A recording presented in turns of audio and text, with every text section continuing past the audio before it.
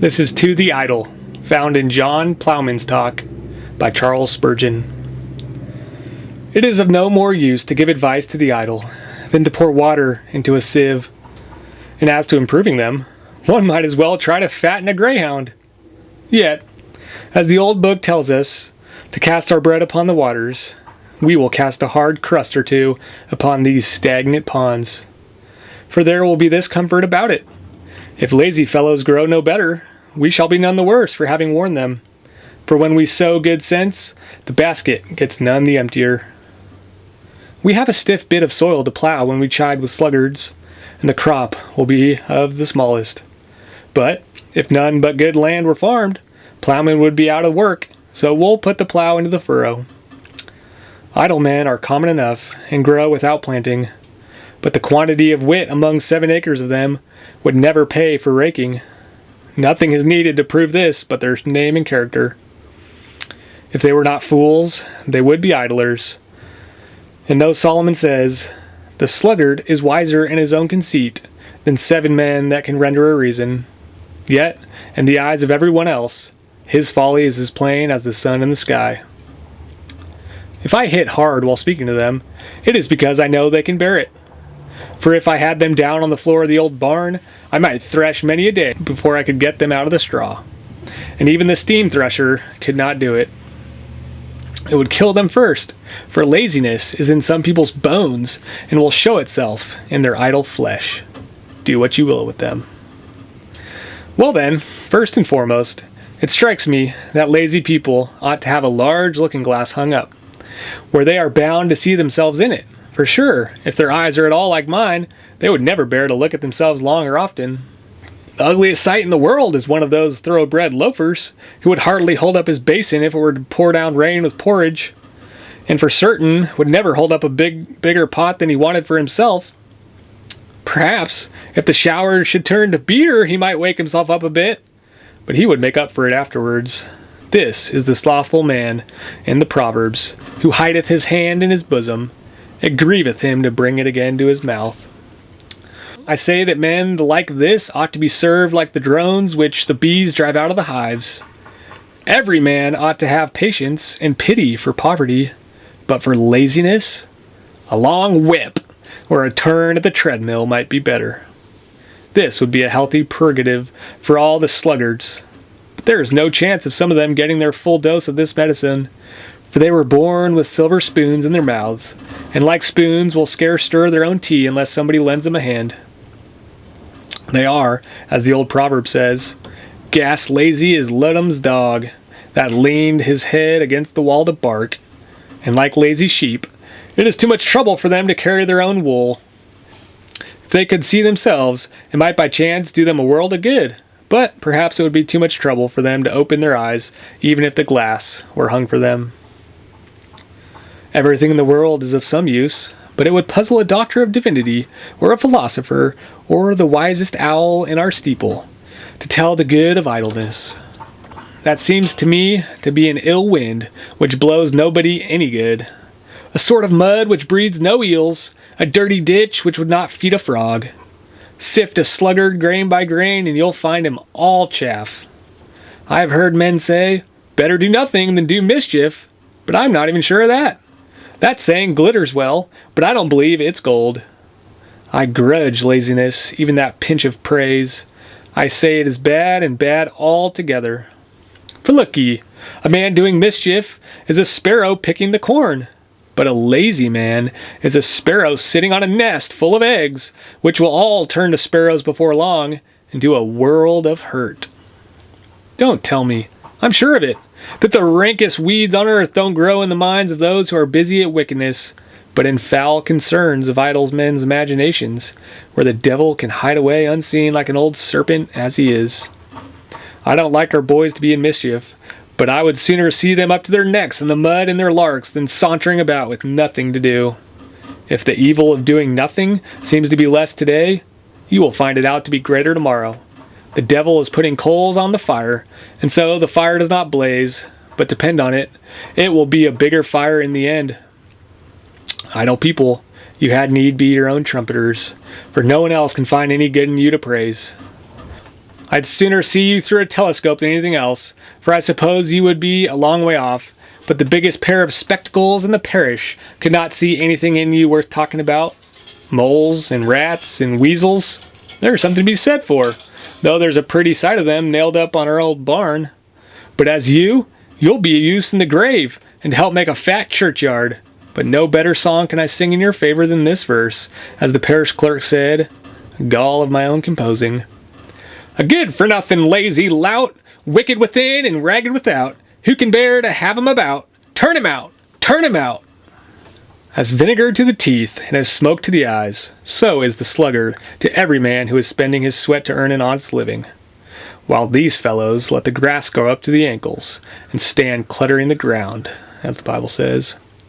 A man who wastes his time and his strength in sloth offers himself to be a target for the devil, who is wonderfully good rifleman and will riddle the idler with his shots. In other words, idle men tempt the devil to tempt them. He who plays when he should work has an evil spirit to be his playmate, and he who neither works nor plays is a workshop for Satan. If the devil catches a man idling, he'll set him to work, find him tools, and before long, pay him wages. Is not this where the drunkenness comes from which fills our towns and villages with misery? Idleness is the key of beggary and the root of all evil. Fellows have 2 stomachs for eating and drinking when they have no stomach for work. That little hole just under the nose swallows up in idle hours that money which should put clothes on the children's backs and bread on the cottage table. We have God's word for it, that the drunkard and the glutton shall come to poverty. And to show the connection between them, it is said the same verse, and drowsiness shall clothe a man with rags. I know it as well as I know that moss grows on old thatch, that drunken, loose habits grow out of lazy hours. I like leisure when I can get it, but that's quite another thing. That's cheese and the other is chalk. Idle folks never know what leisure means. They're always in a hurry and a mess, and by neglecting to work in the proper time, they always have a lot to do. Lolling about hour after hour, nothing to do, it's just making holes in the hedge to let the pigs through. And they will come through, make no mistake, and the rooting they will do nobody knows except those who have to look after the garden. The Lord Jesus tells us that while men slept, the enemy sowed the tares. That hits the nail on the head, for it is by the door of sluggishness that evil enters the heart more often, it seems to me, than by any other. Our old minister used to say, a sluggard is fine raw material for the devil. He can make anything he likes out of him, from a thief right up to a murderer. I'm not the only one that condemns the idle. For once, when I was going to give our minister a pretty long list of the sins of one of our people that he was asking after, I began with, she's dreadfully lazy. That's enough, said the old gentleman. All sorts of sins are in that one. That's the sign by which to know a full-fledged sinner. My advice to my boys has been, get out of the sluggard's way. You may catch his disease and never get rid of it. I'm always afraid of their learning the ways of the idle, and I'm very watchful to nip anything of that sort in the bud, for you know it is best to kill the lion while it is a cub. Sure enough, our children have all our evil nature about them, for you can see it growing out of itself like weeds in a garden. Who can bring a clean thing out of the unclean? A wild goose never lays a tame egg. Our boys will be off to the green with the ne'er-do-wells unless we make it greener still at home for them and train them up to hate that company of the slothful. Never let them go to a rose and crown. Let them learn to earn a crown while they are young and grow the roses in their father's garden at home. Bring them up bees, and they will not be drones. There's much talk about bad masters and mistresses nowadays. I dare say that there is a good deal in it, for there's bad of all sorts now as there always was. Another time, if I'm allowed, I will have a say about that matter, but I am sure there is plenty of room for complaint against some among the working people too, especially upon this matter of slothfulness. You know we are obliged to plow with such cattle as we have found for us, but when I am set to work with some men, I'd soon drive a team of snails or go out rabbit hunting with a dead ferret. Why, you might sooner get blood out of a gatepost or juice out of a cork than work out some of them. And yet they're always talking about their rights. I wish they would give an eye to their own wrongs and not lean on plow handles. Lazy lie-up beds are not working men at all, any more than pigs or bulls or thistles apple trees. All are not hunters that wear red coats, and all are not working men who call themselves so. I wonder sometimes that some of our employees keep so many cats who catch no mice. I would as soon drop my halfpence down a well as pay some people for pretending to work. It only irritates you and makes your flesh crawl to see them all day creeping over a cabbage leaf. Live and let live, say I, but I don't include sluggards in that license. They who will not work, neither let them eat. Here, perhaps, is the proper place to say that some of the higher classes, as they are called, set a shamefully bad example in this respect. Our great folks are some of them quite as lazy as they are rich, and often more so. The big dormice sleep as long and as sound as the little ones. Many a person buys or hires a sermon so that he may save himself the trouble of thinking. Is not this abominable laziness? They sneer at the ranters, but there is not a ranter in the kingdom that would not be ashamed to stand up and read someone else's sermon as if it were his own. Many of our squires have nothing to do but to part their hair in the middle, and many of the London grandees, ladies and gentlemen, both alike, as I am told, have no better work than killing time. Now, they say the higher a monkey climbs, the more his tail is seen, and so, the greater these people are, the more their idleness is noticed, and the more they ought to be ashamed of it. I don't say they ought to plow, but I do say they ought to do something for the state besides being like the caterpillars on the cabbage, eating up the good things, or like the butterflies showing themselves off, but making no honey. I cannot be angry with these people somehow, for I pity them when I think of the stupid rules of the fashion which they are forced to mind, and the vanity in which they drag about their days. I'd sooner bend my back double with hard work than be jack-a-dandy, with nothing to do but to look in the mirror and see in it a fellow who never put a single potato in the nation's pot, but took a good many out. Let me drop on these Surrey hills, worn out like my master's old brown mare, sooner than eat bread and cheese and never earn it. Better to die an honorable death than live a good-for-nothing life. It would be better to get into my coffin than be dead but alive, a man whose life is a blank. However, it is not much ease that lazy people get by all their scheming, for they always take the most pains in the end. They will not mend the thatch, and so they have to build a new cottage. They will not put the horse to the cart, so they have to drag it themselves. If they were wise, they would do their work well, so as to save doing it twice.